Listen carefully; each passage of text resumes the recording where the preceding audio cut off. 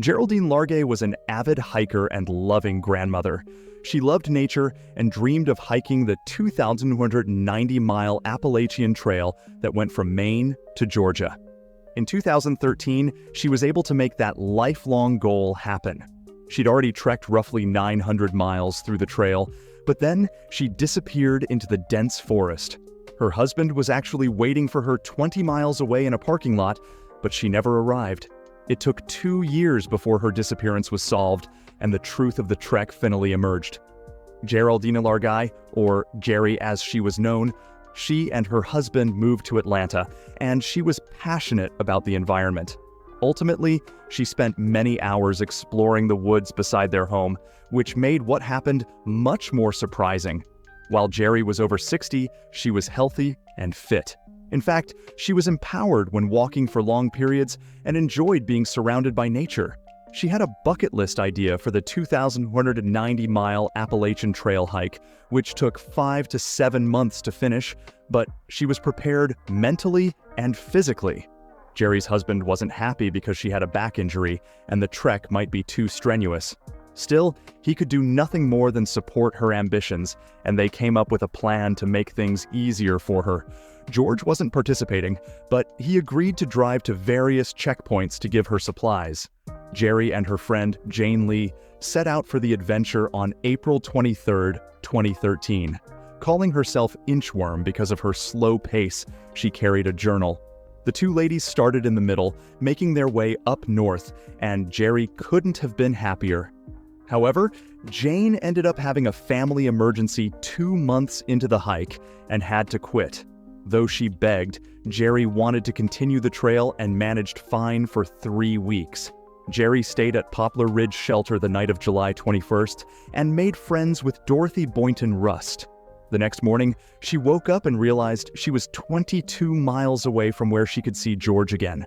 That's when Dorothy took a picture of her, about 7:15 a.m. She texted her husband to tell him she was leaving.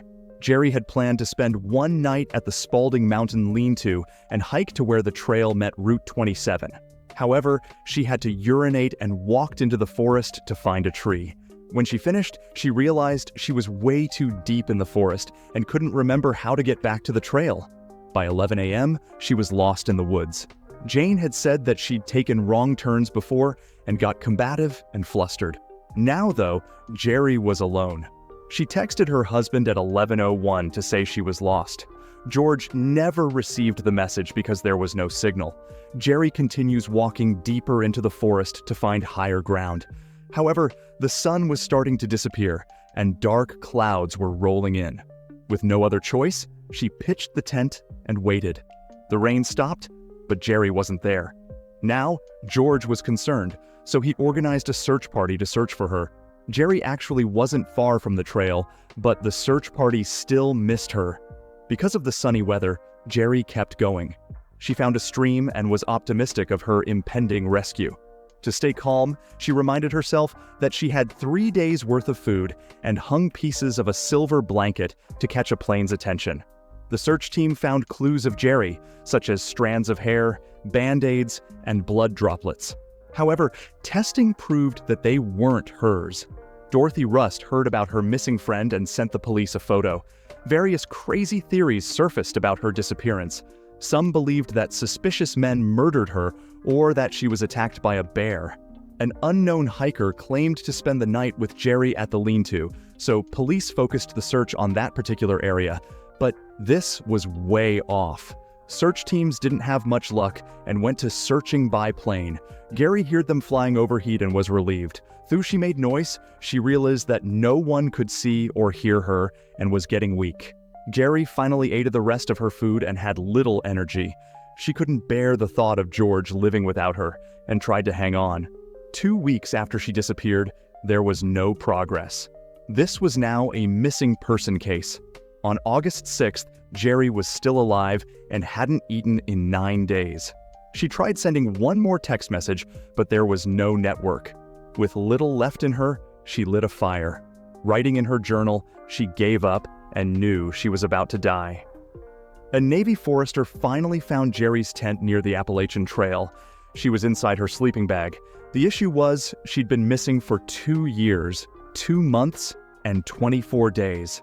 This poor man just solved a missing persons case and reported it to appropriate authorities. They found Jerry's journal with her body, and her last entry was dated August 18th. However, authorities aren't sure that this was correct.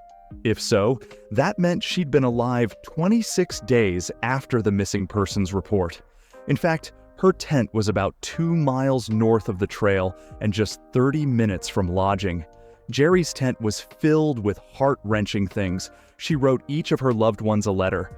Up until the end, she was thinking of everyone else. George is ultimately grateful for those who looked for Jerry. More than 130 certified people assisted. Des Dauphiné, an American author of novels, was inspired by Jerry's story and wrote a bestseller about her.